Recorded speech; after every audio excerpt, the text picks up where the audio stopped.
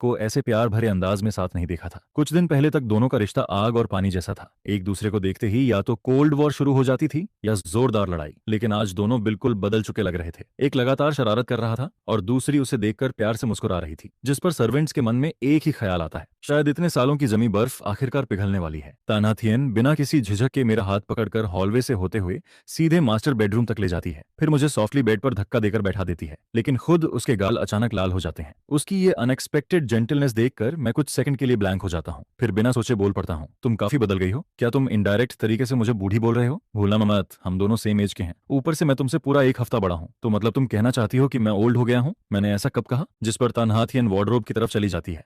उसके होंठों पर हल्की स्माइल बनी रहती है। पहले जाकर नहा लो, हम दोनों साथ में सोएंगे। मेरे दिमाग में तुरंत अजीब अजीब इमेजिनेशन दौड़ने लगती है, जिस पर मैं सस्पिशियस होकर पूछ बैठता हूँ, हाँ, और जरूरत पड़ी तो मैं तुम्हें बांध भी दूंगी। क्या पता आधी रात को भाग जाओ। ये इलीगल डिटेंशन है, मैं पुलिस बुलाऊंगा। ठीक है, बुला लो, हम लीगली मैरिड हैं। मैं पुलिस को बोल दूंगी कि ये हस्बैंड वाइफ का प्राइवेट गेम है, देखना वो बीच में पड़ते हैं या नहीं। तान्हा थियन, तुम पूरी फीमेल हुलियन हो। जब मैं बाथरूम से निकलता हूँ तब मैंने सिर्फ नाइट सूट पहन रखा होता है, जिस पर तान्हा थियन एक पल के लिए ऑकवर्ड हो जाती है, फिर तुरंत उठकर खुद बाथरूम में चली जाती है। उसी समय बाहर रखा फोन अचानक चमक उठता है। ताटोंग, बिडिंग प्रोजेक्ट का रिजल्ट आ गया, हम जीत गए, वीएन फैमिली खत्म हो गई। तान्हा थियन जल्दी जल्दी नहाकर बाहर निकलती है, लेकिन जैसे ही वो बेडरूम में आती है उसका दिल अचानक डूब जाता है, क्योंकि कमरे में मैं कहीं दिखाई नहीं देता। उसका चेहरा तुरंत सफेद पड़ जाता है, जैसे किसी ने उसे बर्फीले कुएं में धक्का दे दिया हो। वो फिर से गायब हो गया। उसका शरीर हल्का कांपने लगता है, कोई जवाब नहीं आता। एक बुरी फीलिंग उसे अंदर से डुबाने लगती है। क्यूथन, जल्दी जाओ और उसे ढूंढ कर लाओ, अभी। तभी हॉलवे के आखिर से क्लिक की आवाज आती है। गेस्ट रूम का दरवाजा खुलता है। चिल्लाना बंद करोगी? मैं इरिटेशन भरे चेहरे के साथ बाहर आता हूँ। आधी रात में आत्मा बुला रही हो क्या? लोगों को सोने भी दोगी? जिस पर मुझे सामने देखकर तान्हा थियन आखिर राहत की सांस लेती है। मैं उसकी ऑलमोस्ट टूट चुकी हालत देखता हूँ और अंदर से थोड़ा गिल्टी फील करने लगता हूँ। मुझे अचानक कॉलेज वाला दिन याद आ जाता है, जब मेरे पैर में मोच आई थी और तान्हा थियन मुझे इन्फर्मरी तक लेकर गई थी। उस वक्त भी वो लगातार डांट रही थी, बहुत हीरो बनते हो ना तुम,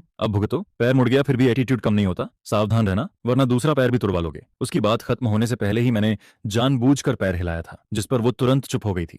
20 साल वाली तान्हा थियन भले बहुत शार्प टंग रखती थी, लेकिन जैसे ही मुझे कुछ होता वो तुरंत मेरे पास आ जाती थी, चाहे बात कितनी भी छोटी क्यों ना हो। और 26 साल वाली तान्हा थियन बाहर से भले कोल्ड दिखती हो, लेकिन अंदर से अब भी मेरी बहुत केयर करती है। मेरा मेंटल एज अभी भी काफी इम्यूचर था, इसलिए मैं बिना सोचे सीधे बोल देता हूँ, तुम सीक्रेटली मुझसे प्यार करती हो ना? ये सवाल नहीं था, मेरी आवाज में जरा भी हेजिटेशन नहीं थी, जिस पर तान्हा थियन के कदम अचानक रुक जाते हैं। बकवास मत करो और अभी तुरंत मेरे साथ रूम में चलो, यहाँ नहीं सोना है। उधर दानमाकू फिर से एक्सप्लोड हो जाते हैं, लेकिन मैं कमेंट्स पर ज्यादा ध्यान नहीं दे पाता, क्योंकि तान्हा थियन अब मेरे ठीक सामने खड़ी होती है। खुद चलकर वापस आओगे या फिर मैं लोगों को बुलाकर उठवाऊं? उसकी आंखें बर्फ जैसी ठंडी होती हैं और उसकी आवाज साफ बता रही होती है कि ये रिक्वेस्ट नहीं, सीधा ऑर्डर है। मैं तुरंत अपना चेहरा दूसरी तरफ घुमा लेता हूँ और घबराकर कहता हूँ, तुम बस लिविंग रूम में सो जाओ, तुम कहीं भाग थोड़ी जाओगे जो मुझे टेंशन हो। मुझे तुम्हें कोई इंटरेस्ट नहीं है, जरा खुद को देखो कितने दुबले हो गए हो। जिस पर मैं भी इंस्टिंक्टिवली खुद को ऊपर से नीचे तक देखने लगता हूँ। वो अभी उतनी ही जहरीली जुबान में बात करती है, लेकिन फिर भी मैं उसकी आंखों के अंदर छिपी हुई वो चीज पकड़ लेता हूँ। उसकी आंखों में दर्द की एक हल्की सी चमक गुजरती है, जैसे मुझे हर्ट करते हुए वो खुद अपने दिल को भी काट रही हो। जिस पर मैं पूछता हूँ, तो फिर तुम मुझे बांध कर रखने पर इतनी अड़ी क्यों रहती हो? तुम जानते हो इस तमाम सालों में बहुत कुछ हुआ था। मैं तुम्हारे साथ जैसा बिहेव करती हूँ वो सब उन्हीं चीजों से जुड़ा है और तुम्हारी उस मेमोरी से भी जो तुम भूल चुके हो। सही कहा ना? इसके बाद वो धीरे धीरे सारी बातें बताने लगती है। शादी से पहले तुम डीएम के पीछे पागलों की तरह पड़े रहते थे, खुद को इतना टॉर्चर किया था कि आधे मरे जैसे हो गए थे। शादी के बाद शुरुआत में मैंने तुम्हें पूरी फ्रीडम दी थी, लेकिन पहली बार जब तुम उससे मिलकर लौटे तब तुमने 3 दिन तक खाना छोड़कर तमाशा किया था और बार बार डिवोर्स मांग रहे थे। मैंने मना किया था, लेकिन फिर भी तुम्हें उससे मिलने से नहीं रोका, यहाँ तक कि सीक्रेटली बॉडीगार्ड्स भी लगाए थे ताकि तुम्हारी प्रोटेक्शन हो सके। लेकिन फिर तुम खुद उसके घर के बाहर रोते हुए खड़े थे और कह रहे थे कि दीम दीम की एंगेजमेंट हो चुकी है। यह सुनकर मेरा चेहरा और ज्यादा भारी होता चला जाता है। वो आगे कहती हैं, तुम उसके लिए बार बार घायल होते रहे, मैंने तुम्हें सच नहीं बताया था। अब उसका फियांसे भी है, लेकिन फिर भी वो तुम्हें फंसाए रखती थी, तुम्हारे कनेक्शंस इस्तेमाल करके तो फैमिली के कॉन्ट्रैक्ट्स छीनती रही। वो और उसका फियांसे तुम्हारा और मेरा खून चूस कर खुद मोटे हो रहे थे। उसने तुमसे शादी करने का वादा भी पूरा नहीं किया, यहाँ तक कि उसका एंगेजमेंट भी कभी टूटा नहीं। फिर भी तुम उसके लिए अपनी कलाई काटकर सुसाइड करने चले गए, स्लीपिंग पिल्स जमा करते रहे, बार बार मरने की जिद करते रहे, यहाँ तक कि उसके बचपन के दोस्त को किडनी चाहिए थी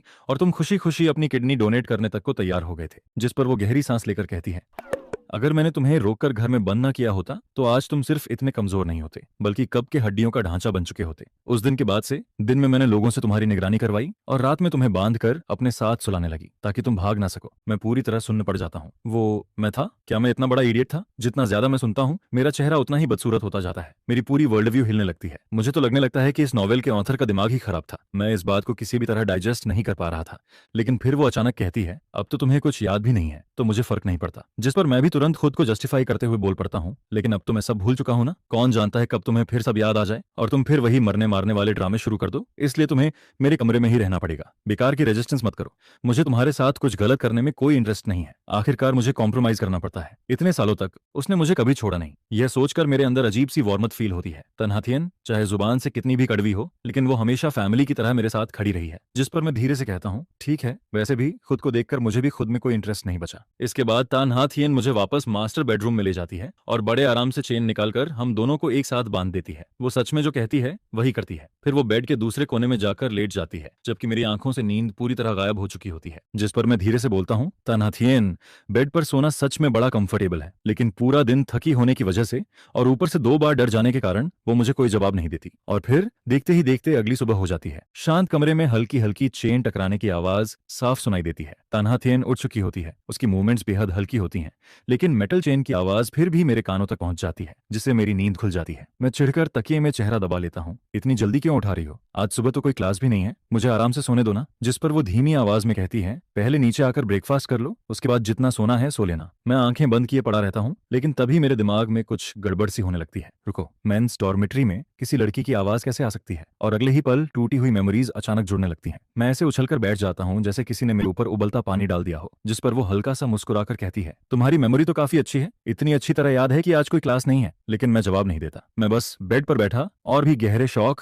और कंफ्यूजन में डूब जाता हूँ। 6 साल पहले की बातें मुझे ऐसे याद आने लगती हैं जैसे कल की ही बात हो। मेरे सामने खड़ी यह औरत और मेरे शरीर का बदल चुका एहसास दोनों मुझे यही बता रहे होते हैं कि सच में पूरे 6 साल गुजर चुके हैं। लेकिन यह बात बिल्कुल भी नॉर्मल नहीं थी। मेमोरी लॉस में इंसान सब भूल जाता है। फिर ऐसा कैसे हो सकता है कि पुरानी बातें साफ याद रहें लेकिन बीच के पूरे 6 साल गायब हो जाएं? जिस पर मेरे दिमाग में एक और भी ज्यादा पागलपन भरा ख्याल आता है, क्या मैं टाइम ट्रैवल करके यहाँ आ गया हूँ? होता हूँ। इसी बीच नीचे से उसकी आवाज आती है, नीचे आकर ब्रेकफास्ट कर लो और आज थोड़ा कम खाना, कल की तरह फिर हॉस्पिटल मत पहुंच जाना। मैं बस धीमे से कुछ बड़बड़ाता हूँ और उसकी पतली सी फिगर को कमरे से बाहर जाते देखता रहता हूँ। दरवाजा धीरे से बंद हो जाता है, जिस पर मैं तुरंत चादर सिर तक खींच लेता हूँ, बिल्कुल किसी डरे हुए ऑस्ट्रिच की तरह, और अंधेरे में पड़े पड़े उसी शॉकिंग गेस के बारे में सोचता रहता हूँ। तभी अचानक एक आवाज सुनाई देती है, सॉरी मैं थोड़ा लेट हो गया। जिस पर मेरा पूरा शरीर अकड़ जाता है। मैं झटके से चादर हटाकर पूरे कमरे में नजर दौड़ाता हूँ। कौन कौन है वहाँ? क्यूथन। हेलो, मैं कमरे में नहीं हूँ, मैं तुम्हारे दिमाग के अंदर हूँ। यह सुनते ही मेरा दिमाग सुन्न पड़ जाता है। बस अब तो पक्का स्किज़ोफ्रेनिया हो गया है। मैं पूरी तरह पैनिक में आ जाता हूँ। तुरंत बेड से कूदकर नंगे पैर कमरे से बाहर भागता हूँ। सीढ़ियों से नीचे दौड़ते हुए बस यही कोशिश करता हूँ कि उस अजीब आवाज से छुटकारा मिल जाए। उधर तन्हाथियन डाइनिंग रूम में ब्रेकफास्ट कर रही होती है।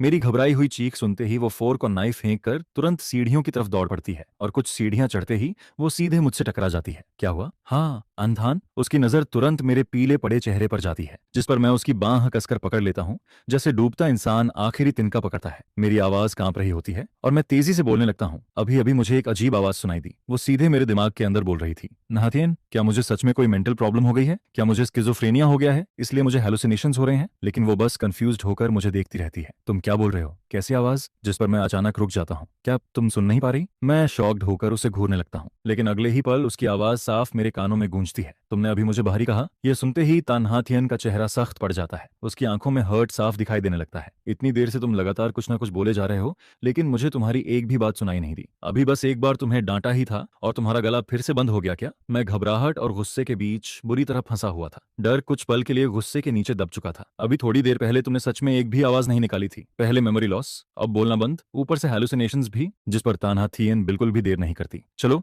अभी इसी वक्त हॉस्पिटल चलते हैं। तभी अचानक वही आवाज एक बार फिर मेरे दिमाग के अंदर गूंज उठती है। इस बार उसकी टोन थोड़ी कंफर्टिंग होती है। होस्ट, डरिए मत, मैं कोई वियताई नहीं हूँ और ना ही आपको स्किज़ोफ्रेनिया हुआ है। मैं सिस्टम 0137 हूँ। सिस्टम 0137? मैं तुरंत छटपटाना बंद कर देता हूँ। दिमाग में चल रहा केओस इस अजीब नाम पर आकर अटक जाता है और मेरी सोच अचानक एक नई दिशा में मुड़ जाती है। मैं बेख्याली में बड़बड़ाता हूँ, 0137। सुनने में तो किसी फोन नंबर जैसा लग रहा है जिस पर सिस्टम 0137 सपाट आवाज में जवाब देता है। जी हाँ, होस्ट। और सबसे पहले मुझे माफी मांगनी है। असल में मुझे कल ही आपसे कांटेक्ट करना था, लेकिन हेडक्वार्टर्स में इमरजेंसी मीटिंग बुला ली गई थी, इसलिए अब जाकर मैं आपसे जुड़ पाया हूँ। इसके अलावा आप सीधे मेरी एग्जिस्टेंस का जिक्र नहीं कर सकते। दूसरों के सामने मुझसे जुड़े सारे शब्द ऑटोमेटिकली ब्लॉक हो जाएंगे।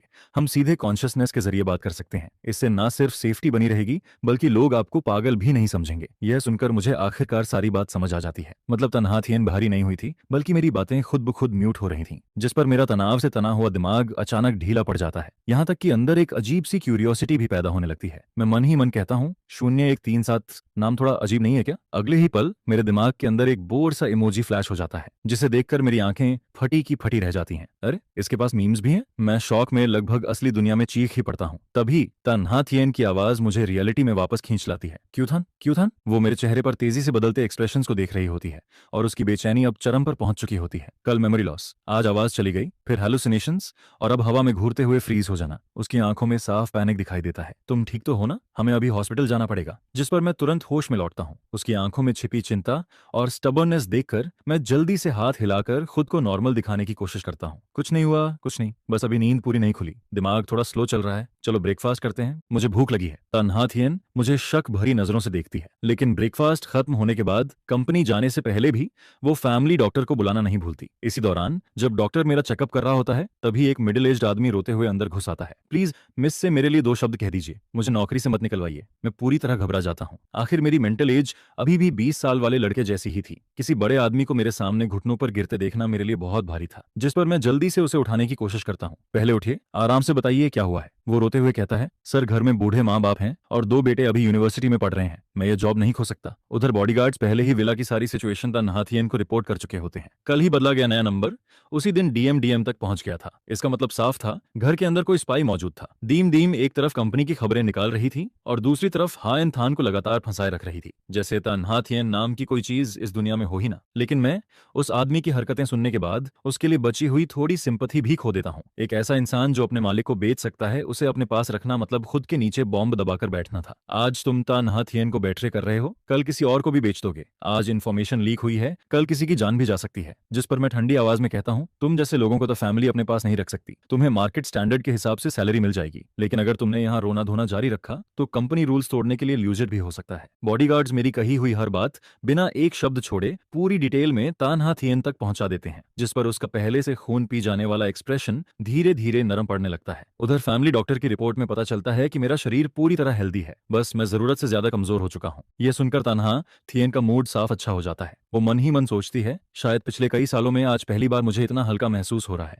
बस यही चाहती हूँ कि अंथान का ये मेमोरी लॉस थोड़ा और लंबा चले। लेकिन अंथान, इस बार मैं तुम्हें फिर कभी भागने नहीं दूंगी। अगर तुम सच में सब भूल चुके हो तो फिर दोबारा कभी याद मत करना। हमेशा मेरे पास ही रहो, अपनी मर्जी से, हमेशा के लिए। इसके बाद मैं वापस बेडरूम में लौट आता हूँ और बेड पर लेटकर अपने दिमाग के अंदर मौजूद सिस्टम से बात करना शुरू कर देता हूँ। 0137, तुम्हारा ये नाम बदला जा सकता है क्या? जो नहीं जानते वो समझेंगे कोई फूड डिलीवरी कोड है। बिल्कुल बदल सकता है होस्ट। आप मुझे किस नाम से बुलाना चाहेंगे? सबसे पहले ये होस्ट वाला टोन बंद करो, मैं अभी इतना बूढ़ा नहीं हुआ हूँ। और तुम्हारा बोलने का तरीका भी थोड़ा बदलो, बहुत रोबोटिक लगता है, बिल्कुल फ्रिज जैसा ठंडा। समझ गया, मैं लाइवली मोड में स्विच कर सकता हूँ, क्या ऐसा ठीक रहेगा? हाँ, बस इंसानों जैसा लगना चाहिए, वरना तुमसे बात करने का भी मन नहीं करेगा। ठीक है, वैसे नाम से पहले मैं अपना फंक्शन एक्सप्लेन कर दूं। मैं मेल लीड रेस्क्यू डिपार्टमेंट से हूँ। मेरा काम मेल लीड को बचाना है। आसान भाषा में कहूँ तो मैं आपकी मदद करने आया हूँ। जिस पर मैं हैरानी से बोल पड़ता हूँ, मुझे बचाने की क्या जरूरत है? क्या तन्हा थियन द्वारा मुझे कैद करके रखने वाली बात, या फिर दीम दीम का लगातार मुझे ट्रैप करना? तभी सिस्टम 0137 अचानक थोड़ा सीरियस हो जाता है। होस्ट, एक बात के लिए आपको मेंटली तैयार रहना होगा। हम जिस दुनिया में रह रहे हैं वो असल में एक नॉवेल है। मैं तुरंत बोल पड़ता हूँ, वो तो मुझे पहले से पता है। जिस पर सिस्टम पूरी तरह हक्का बक्का रह जाता है। आपको कैसे पता चला? अरे, इतनी भी अनबिलीवेबल बात नहीं है। सिस्टम घबरा कर बोलता है, मैं तो अभी अभी ट्रांसफर होकर आया हूँ, मैंने तो अभी तक कुछ बताया भी नहीं। क्या किसी और कैरेक्टर ने आपको स्क्रिप्ट लीक कर दी? मैं तुरंत जवाब देता हूँ, किसी ने कुछ लीक नहीं किया, मुझे कमेंट्स दिखाई देते हैं। यह सुनते ही सिस्टम कुछ सेकंड के लिए पूरी तरह साइलेंट हो जाता है। ओह, तो ये हमारी तरफ से बग था। कल जल्दीबाजी में मैं गलती से कमेंट फंक्शन ऑन छोड़ गया था, तो तुमने उन्हीं कमेंट्स के जरिए इस दुनिया को समझा? जिस पर मैं सीधा मुंह बनाकर बोलता हूँ, बिल्कुल नहीं। उन कमेंट्स में या तो लोग कार्ड गेम खेल रहे होते हैं या फिर आपस में लड़ रहे होते हैं। कोई खास यूजफुल इन्फॉर्मेशन नहीं मिलती वहां से। मुझे बस इतना पता चला कि मैं किसी बेकार रोमांस नॉवल का मेल लीड हूँ। तान्या थियन विलेनस फीमेल लीड है और ऊपर से एक चीटिंग एडिक्ट फीमेल लीड भी है जिस पर सिस्टम तुरंत विरोध करता है। लेकिन मैं आपको खुद को ऐसे इंसल्ट करने की परमिशन नहीं दूंगा। मेल लीड को कॉन्फिडेंट होना चाहिए, स्ट्रांग होना चाहिए। ये पूरी दुनिया आपके लिए बनी है। फीमेल लीड और फीमेल सपोर्टिंग कैरेक्टर दोनों को सीरियसली रिफ्लेक्ट करना चाहिए। मैं तुरंत मुंह बनाकर बोल पड़ता हूँ, तुम्हें सच में लगता है कि मैं इस दुनिया का सेंटर हूँ? फिर सारे रिसोर्सेज, कनेक्शंस और फायदे हमेशा फीमेल लीड के पास क्यों जाते हैं? और मेरी हालत देखो, मैं इतना दुबला हो चुका हूँ कि खुद अपनी हड्डियां चुभती हैं। जिस पर सिस्टम थोड़ा ऑकवर्ड होकर जवाब देता है, ये नॉवेल बहुत पुराने ट्रॉप वाला है, वही टॉक्सिक लव, अब्यूज, ट्रेजेडी और सफरिंग वाला स्टाइल। लेकिन अब ये ट्रेंड आउटडेटेड हो चुका है। नोवेल वर्ल्ड्स लगातार रिकारनेट होते रहते हैं, लेकिन पिछले कुछ साइकिल से ये छोटा वर्ल्ड धीरे धीरे अपनी ओरिजिनल ट्रैजेक्टरी से बाहर जा रहा है। खासकर पिछले साइकिल में विलेनस पूरी तरह ब्लैकन हो गई थी। उसने सीधे फीमेल लीड को खत्म कर दिया और फिर आपके सामने खुद भी सुसाइड कर लिया। उसके बाद मेन कैरेक्टर पूरी तरह कोलैप्स हो गया और दुनिया को मजबूरी में रीस्टार्ट करना पड़ा। लेकिन इस बार के रीइंकार्नेशन में भी विलेनस की एक्शंस फिर अब नॉर्मल होती जा रही हैं। मैं तुरंत चौंक कर बीच में रोक देता हूँ, रुको, तुमने अभी क्या कहा? मैं मर गया था? मैं मेल लीड हूं ना, फिर मैं कैसे मर सकता हूँ? आखिर इस दुनिया का असली सेंटर कौन है? फीमेल लीड क्या ऑथर की असली बेटी है और मेल लीड कूड़े से उठाया हुआ बच्चा? जितना बोलता हूँ उतना ही गुस्सा बढ़ता जाता है। क्यों मरूं मैं? मुझे क्यों मरना पड़े? अगर मरना ही पड़ा तो उससे पहले उस ग्रीन टी बिच दीम दीम को भी साथ लेकर डूबूंगा। तभी सिस्टम 0-1-3-7 के अंदर अचानक वार्निंग अलार्म बजने लगते हैं। Alert alert host alert alert. Host की इमोशंस अनस्टेबल हो रही हैं, जिस पर वो जल्दी से मुझे शांत कराने लगता है। होस्ट काम डाउन, हम यहाँ आपकी मदद करने आए हैं। हमारा काम आपको हैप्पी एंडिंग दिलाना है। मैं तुरंत तुनक कर बोलता हूँ, अगर तुम्हारा मतलब ओरिजिनल प्लॉट को वापस सीधा करके मुझे और डीएमडी को हैप्पी एंडिंग देना है तो उससे अच्छा मैं अभी जाकर उसे चाकू मार दूं। ऐसा डिस्गस्टिंग एंडिंग देखकर आखिर कौन खुश होगा? ऐसी औरत को पसंद ही कौन करेगा? ऑथर को इतना ही प्यार है उससे तो खुद उसके साथ जिंदगी गुजारे। जिस पर सिस्टम जल्दी से समझाने लगता है, calm down, male lead department का अथॉरिटी लेवल बहुत हाई है और वैसे भी अब वो टॉक्सिक एंडिंग वाला ट्रेंड खत्म हो चुका है। आप अपना एंडिंग खुद चूज कर सकते हैं, चाहे विलेनस को फाइनल विनर बनाइए या फिर अकेले रहने वाले कोल्ड मेल लीड का रास्ता चुन लीजिए। यह सुनकर मैं थोड़ा शांत होता हूँ। अब बात कुछ सुनने लायक लगी। मैं बस एक हैप्पी रियूनियन एंडिंग चाहता हूँ। फिर मैं थोड़ा सोच कर कहता हूँ, अब से तुम्हारा नाम डॉनवियन होगा, कैसा लगा? जिस पर सिस्टम खुशी से जवाब देता है, कोई प्रॉब्लम नहीं होस्ट, हमारा लक्ष्य ही परफेक्ट हैप्पीनेस है, आगे भी अच्छे से साथ काम करेंगे। मैं तुरंत अगला सवाल पूछता हूँ, लेकिन तुमने अभी तक ये नहीं बताया कि तुम्हारे फंक्शंस क्या हैं? तुम मेरी हेल्प कैसे करोगे? तुम्हारा वो कमेंट फंक्शन तो मदद कम इरिटेशन ज्यादा देता है। सारे लोग दिन भर लड़ते रहते हैं। जिस पर डॉनवियन तुरंत माफी मांगता है, सॉरी होस्ट, अभी बंद करता हूँ, बाद में अगर देखना चाहो तो सबकॉन्शियसनेस में जाकर खुद इनेबल कर सकते हो। इसके अलावा आपको मेन मिशंस पूरे करने होंगे, हर स्टेज कंप्लीट होने पर रिवॉर्ड्स अनलॉक होंगे। सबसे बड़ा अंतिम रिवॉर्ड है सफेद बालों तक साथ निभाने वाला प्यार। अगर आपके पास लवर ना भी हो तब भी अकेले शांति से बूढ़े होने तक जीना अपने आप में एक ग्रैंड रिवॉर्ड माना जाएगा। मैं थोड़ा सस्पिशियस होकर पूछता हूँ, और अगर मेरी किस्मत खराब हुई और जिस इंसान को मैं चुनूं वही मुझे बिट्रे कर दे? जिस पर डॉनवियन तुरंत जवाब देता है, तो आप किसी भी समय पार्टनर बदल सकते हैं। नया चुना गया इंसान उसी रिवॉर्ड इनहेरिटेंस को आगे कैरी करेगा। मेल लीड सिस्टम हमेशा मेल लीड को फर्स्ट प्रायोरिटी देता है। यह सुनकर मैं काफी सेटिस्फाइड महसूस करता हूँ। लेकिन फिर मेरे दिमाग में एक और सवाल आता है। 2 दिन पहले तक मैं यूनिवर्सिटी स्टूडेंट था, फिर अचानक अब मैं 4 साल से मैरिड कैसे हूँ? ये आखिर हुआ कैसे? जिस पर डॉनवियन ऑकवर्ड होकर हंसता है। वो पहले मेरी एक्सप्लेनेशन सुनिए। स्टोरी शुरू होने के समय मैं आपको मेन हेडक्वार्टर्स लेकर गया था ताकि सर्वर कनेक्शन किया जा सके।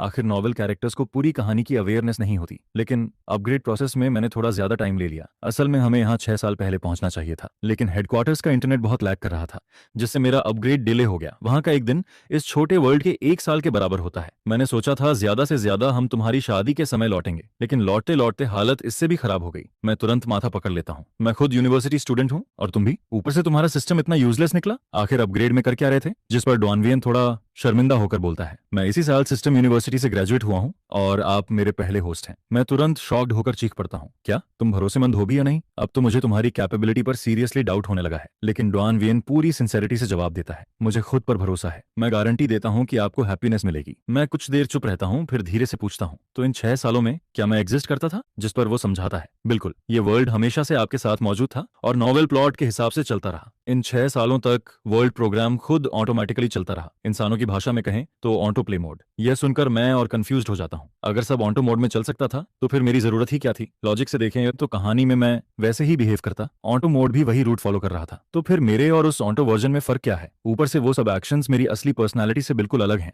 वो चीजें मैं कभी नहीं कर सकता। जिस पर डॉनवियन धीरे से जवाब देता है, डिफरेंस ये है कि ऑटो कंट्रोल्ड बॉडी को दर्द महसूस नहीं होता, ना इमोशंस होते हैं, ना थॉट्स, लेकिन आपको होते हैं। मैं तुरंत जोर से बोल पड़ता हूँ, अगर मेरे पास इमोशंस और थॉट्स हैं तो मैं इतनी स्टूपिड चीजें कभी नहीं करता। मत कहो कि वो मैं था, वो बिल्कुल मैं नहीं था। दूसरे लोग स्क्रिप्ट खत्म करके लॉग आउट कर जाते हैं, लेकिन तुम अलग हो। तुम्हारा बिगिनिंग और एंडिंग दोनों प्लॉट से फ्री हैं। सिर्फ बीच का हिस्सा जबरदस्ती कंट्रोल किया गया था। जिसे लोग मैनिपुलेट कर रहे थे वो असली मैं नहीं था। वो बस लकड़ी की कठपुतली थी। वो स्क्रिप्ट के हिसाब से जी रहा था, अपनी मर्जी से नहीं। स्टोरी वाला मैं और अभी वाला मैं दोनों पूरी तरह अलग इंसान हैं। उसकी सोच और एक्शंस को मैं बिल्कुल समझ नहीं सकता। बार बार मुझसे बेवकूफियां करवाना एक दो बार तक तो ठीक है, लेकिन हर बार एक जैसी स्टुपिडिटी करना इम्पॉसिबल है। जिस पर डॉनवियन धीरे से कहता है, अगर आपको लगता है कि स्क्रिप्ट वाला इंसान आप नहीं थे तो ये बिल्कुल नॉर्मल बात है। जो इंसान स्क्रिप्ट के बंधन में बंधकर मर गया था वो असल में तुम्हारा रियल रूप था ही नहीं। सिर्फ वही रूप जहां तुम अपनी मर्जी से आजाद होकर जीते हो, वही तुम्हारा रियल सेल्फ है। चाहे कुछ भी हो जाए, मैं उन 6 सालों को कभी अपना नहीं मानूंगा। सच में दिमाग पूरी तरह खराब हो गया था। मैं ऐसा बेहुदा काम कर ही नहीं सकता। सही याद आया। तुम्हारी एबिलिटी क्या है? मेरी एबिलिटी है टाइम को 3 बार पीछे घुमाना। अभी तुरंत मुझे 6 साल पहले वापस भेजो। हम मिशन को वहीं से शुरू करेंगे जिस पर सिस्टम कहता है कि टाइम रिवाइंड सिर्फ थोड़े समय के लिए ही किया जा सकता है। ठीक है, तब फिलहाल इस स्किल को संभाल कर रखते हैं। वैसे मेन क्वेस्ट का नॉर्मल स्टेज क्या है? तुमने कहा ये मेन क्वेस्ट है, मतलब मेन क्वेस्ट के अलावा साइड क्वेस्ट भी होंगे, सही कहा ना? और क्या रिवॉर्ड में ब्लाइंड बॉक्स मिलता है? उसके अंदर क्या निकल सकता है? जिस पर वो जवाब देता है कि ये बात मुझे भी नहीं पता। साइड क्वेस्ट उन कैरेक्टर्स के हिसाब से ट्रिगर होंगे जिनसे तुम मिलोगे। उन्हें रैंडम तरीके से जारी किया जाएगा और तुम चाहो तो उन्हें कर सकते हो या इग्नोर भी कर सकते हो। यह सुनकर मुझे थोड़ा इंटरेस्ट आने लगता है। असल में इस प्रॉफिट वाले प्रोजेक्ट को जीतकर अपने हाथ में लेना सीधा मतलब था कि द फैमिली बाकी अनगिनत कंपनीज के बीच अपना रास्ता तोड़कर बाहर निकल आएगी। जिस पर उसी रात जब वीएनडीएन को टेंडर का रिजल्ट पता चलता है, वो खुद को वीएन कॉर्पोरेशन की बिल्डिंग के सबसे ऊपर वाले प्रेसिडेंट ऑफिस में बंद कर लेती है। पूरे फ्लोर पर उस समय सिर्फ वही अकेली मौजूद होती है। टेंडर रिजल्ट वाला ईमेल अभी भी कंप्यूटर स्क्रीन पर ठंडे तरीके से चमक रहा होता है और हर एक वर्ड उसकी आंखों में सुई की तरह चुभता रहता है। जिसके बाद वो धीरे से उठती है और floor to ceiling glass window के सामने जाकर हाई सिटी का चमकता हुआ नाइट व्यू देखने लगती है। वो जमीन जिसे वो पहले से अपनी कमर्शियल टेरिटरी का हिस्सा मान चुकी थी, अब जैसे उसकी नाकामी का मजाक उड़ा रही होती है। जिस पर वो पागलों की तरह सामान तोड़ना शुरू कर देती है। काफी देर तक गुस्सा निकालने के बाद वो हांफते हुए उस बिखरे हुए ऑफिस के बीच खड़ी रहती है। उसके लंबे बाल पूरी तरह बिखरे होते हैं और माथे पर पसीना जमा हो चुका होता है। तभी उसका फोन स्क्रीन अचानक चमकता है। कॉलर आईडी पर उसके फियांसे तेनहाथ बाज का नाम दिखाई देता है, लेकिन वो कॉल उठाती नहीं, बस उस फ्लैश होते नाम को घूरती रहती है। उसकी आंखों में बेहद ठंडी और डरावनी डार्कनेस दिखाई देती है। 3 महीने पहले गवर्नमेंट प्रोजेक्ट जीतने के लिए और टी फैमिली से 500 मिलियन का इन्वेस्टमेंट हासिल करने के बदले वीएनडीएन ने टीएनएच एटीबीएच के साथ एक गैम्बलिंग एग्रीमेंट साइन किया था। प्रोजेक्ट के अंदर टी फैमिली को 15% शेयर्स मिलने थे और प्रोजेक्ट के बाहर अगले 3 सालों में उसे हर साल 20% इंटरेस्ट के साथ पूरा पैसा लौटाना था। साथ ही अपनी खुद की 8% ओरिजिनल शेयर्स को मॉर्गेज भी रखना था। इतना ही नहीं, उसने अपने पिता वीएन फोंग थाई के सामने मिलिट्री ऑर्डर तक साइन कर दिया था। हालांकि वीएन फोंग थाई अब फ्रंट लाइन से हट चुका था, लेकिन इस सेकंड टियर पावर सर्कल में सिर्फ ताकत को रिस्पेक्ट मिलता था। फैमिली फीलिंग्स की किसी को परवाह नहीं थी। ऊपर से घर में पहले ही बहुत सारे बच्चे थे और बाहर भी नाजायज औलादों की भरमार थी। इस बार वीएनडीएन की इतनी बुरी हार के बाद उसकी पोजीशन पूरी तरह हिल चुकी थी। अगली सुबह वीएनडीएनएम जबरदस्ती खुद को संभालती है और अपना मूड ठीक करने की कोशिश करती है, जिसके बाद वो खुद कुछ छोटी टेक कंपनी से कांटेक्ट करती है जिनके साथ पहले पार्टनरशिप की बात चल रही थी। फिर वो कुछ सेकेंडरी प्रोजेक्ट्स को आगे बढ़ाने लगती है ताकि शॉर्ट टर्म रिजल्ट्स दिखाकर अपने पिता का भरोसा वापस जीत सके। दोपहर होते ही तेनहाथ बाज के पिता तेचिन बिन्ह का कॉल आ जाता है, बिल्कुल वैसे ही जैसे उसने अंदाजा लगाया था। काफी देर तक दबाव डालने और ताने मारने के बाद कॉल खत्म हो जाता है, जिस पर वियन दीम दीम के चेहरे की मुस्कान तुरंत गायब हो जाती है और उसकी आंखें डरावनी ठंडक से भर जाती हैं। कुछ सेकंड बाद वो फोन को जोर से महंगी डेस्क पर दे मारती है। सच में गुस्से से फट जाऊंगी। अब हर कोई मौका देखकर मुझे लात मारना चाहता है क्या? दूसरी तरफ तन्हाथियन गवर्नमेंट प्रोजेक्ट हासिल करने के बाद पहले से भी ज्यादा बिजी हो चुकी होती है, लेकिन चाहे वो कितनी भी व्यस्त क्यों ना हो, हर घंटे बॉडीगार्ड से भेजी गई मेरी रिपोर्ट जरूर पढ़ती रहती है। वो रिपोर्ट मेरे घर के हालात के बारे में होती है। 3 घंटे बीत चुके होते हैं, लेकिन मैं अभी तक अपने रूम से एक कदम भी बाहर नहीं निकला होता। तन्हाथियन हमेशा से मेरी सबसे ज्यादा चिंता करती आई है, जिस पर उसके दिल में धीरे धीरे शक पैदा होने लगता है। बच्चे अगर जरूरत से ज्यादा शांत रहें तो जरूर कुछ गड़बड़ कर रहे होते हैं, इसलिए वो तुरंत बॉडीगार्ड को दरवाजा नॉक करने और विला जाकर देखने का ऑर्डर देती है। यंग मास्टर, आप अंदर हैं क्या? जिस पर मैं गेम खेलते हुए जवाब देता हूं, मैं गेम खेल रहा हूं। क्या हुआ? बॉडीगार्ड तुरंत रिपोर्ट करता है, यंग मास्टर रूम में गेम खेल रहे हैं, कोई प्रॉब्लम नहीं है। यह सुनकर ही तन्हाथियन चैन की सांस लेती है। अगले कुछ दिनों तक दिन में तन्हाथियन कंपनी जाती रहती है और मैं घर पर बैठकर लगातार गेम खेलता रहता हूँ। बीच में मैंने बाहर जाने की कोशिश भी की, लेकिन हर बार तन्हाथियन ने साफ मना कर दिया। और फिर रात होते ही हम दोनों उस गोल्डन चेन से बंध जाते हैं और एक बड़े बेड के दोनों किनारों पर 1 मीटर से ज्यादा दूरी पर सोते रहते हैं। सबसे बड़ी परेशानी ये थी कि जल्दी वेट बढ़ाने के लिए मुझे हर दिन एक्स्ट्रा मील्स खाने पड़ते थे, यहां तक कि सोने से पहले भी खाना जाना पड़ता था, और जब मुझे वॉशरूम जाना होता तब भी तन्हा थियन को नींद से जगाना पड़ता, जिस पर आधी रात में बार बार उठने की वजह से उसकी स्लीप क्वालिटी लगातार खराब होती जाती है। कुछ समय बाद कंपनी के अंदर भी लोग चुपके चुपके गॉसिप करने लगते हैं कि मैंने उनकी कोल्ड सीईओ प्रिंसेस को पूरी तरह परेशान करके रख दिया है। उधर वीएन डीएनएम अपने पिता का भरोसा वापस पाने के लिए छोटी कंपनीज के साथ लगातार पार्टनरशिप्स करने में लगी रहती है। टेंडर हॉल में जब मैंने उसे बुरी तरह डांटा था और फिर उसके कॉल्स इग्नोर किए थे, तब वो काफी बेचैन हो गई थी, लेकिन उसे अब भी यही गलतफहमी थी कि आखिर में मैंने तन्हा थियन को रोककर उसकी मदद की थी, इसलिए उसे यकीन था कि मेरे दिल में अब भी उसकी जगह बाकी है। उसे लगता था कि मैं बस थोड़ा नाराज हूं, लेकिन अफसोस उसके नीचे काम करने वाले लोग इतने निकम्मे निकले कि चाहे तन्हा थियन आती या नहीं, वो प्रोजेक्ट फिर भी उसके हाथ से निकल ही गया। इसके बाद जब उसे पता चला कि उसकी मदद करने की वजह से मुझे हॉस्पिटल तक जाना पड़ा, तब वो फुर्सत निकालकर फेक कंसर्न वाले मैसेजेस भेजने लगती है, लेकिन मैं एक का भी रिप्लाई नहीं करता, जिस पर उसे लगने लगता है कि शायद किसी ने मेरी फ्रीडम रिस्ट्रिक्ट कर दी है, इसलिए मेरा कॉन्टैक्ट टूट गया। और फिर वो मेरे पुराने नंबर पर लगातार मैसेजेस भेजती रहती है। फिलहाल उन्हें सेव रहने देता हूँ, बाद में सबूत की तरह इस्तेमाल करूंगा। देखा जाए तो इस दुनिया में आए मुझे आधा महीना हो चुका था। शुरुआत का वो नया और एक्साइटिंग एहसास अब इस कैद जैसी जिंदगी ने पूरी तरह खत्म कर दिया था। हर सुबह आंख खुलते ही वही शानदार लेकिन ठंडा बेडरूम नजर आता है। मैं शॉर्ट वीडियो स्क्रॉल करता रहता हूँ, दूसरों की रंगीन जिंदगी देखता रहता हूँ और इतना फोन चलाता हूँ कि उंगलियां तक दर्द करने लगती हैं। आखिरकार मैं बेड पर ढेर होकर फोन को एक तरफ फेंक देता हूँ और सिस्टम को आवाज लगाता हूँ, और ये सिस्टम, ये मेन क्वेस्ट और साइड क्वेस्ट आखिर ट्रिगर होंगे भी या नहीं? मुझे तो किसी इंसान की शक्ल तक देखने को नहीं मिल रही। हर दिन रूम में बंद होकर गेम खेलते खेलते अब मेरा दिमाग खराब होने लगा था। मुझे तो सच में डिप्रेशन होने वाला है। जिस पर सिस्टम कहता है, होस्ट क्यों ना हम चुपके से बाहर भाग चलें। मैं तुरंत जवाब देता हूँ, बाहर भागना मतलब फिर से ओरिजिनल प्लॉट को फॉलो करना हुआ ना?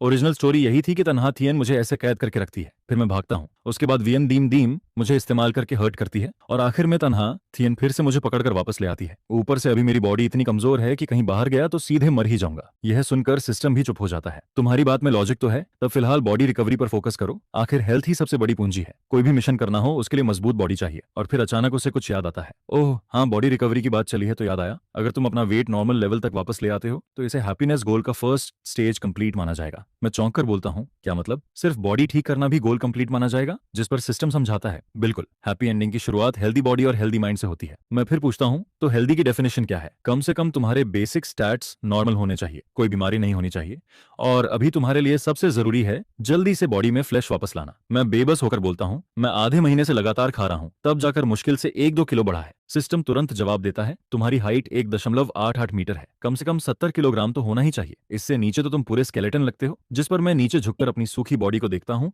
और चुपचाप सिर हिला देता हूँ। फिर फोन को एक तरफ फेंक कर मन ही मन फैसला करता हूँ, लगता है अब और ज्यादा खाना ठूंसना पड़ेगा। इसके बाद मैं धड़धड़ाते हुए नीचे किचन की तरफ भागता हूँ। मावू, आज से मेरे लिए एक्स्ट्रा न्यूट्रिशन वाला खाना बनाना, जो भी चीज बॉडी के लिए फायदेमंद हो सब बना देना। जिस पर माँ वो मुस्कुराकर कहती है, यंग मास्टर चिंता मत करो, मैं आपको इतना ताकतवर बना दूंगी कि पहचान नहीं पाओगे। लेकिन लगता है माँ वो ने मेरी बात का मतलब थोड़ा ज्यादा ही अलग समझ लिया था। रात के डिनर टेबल पर मैं सामने रखे ढेर सारे डिलीशियस फूड को देखकर सीधे टूट पड़ता हूँ।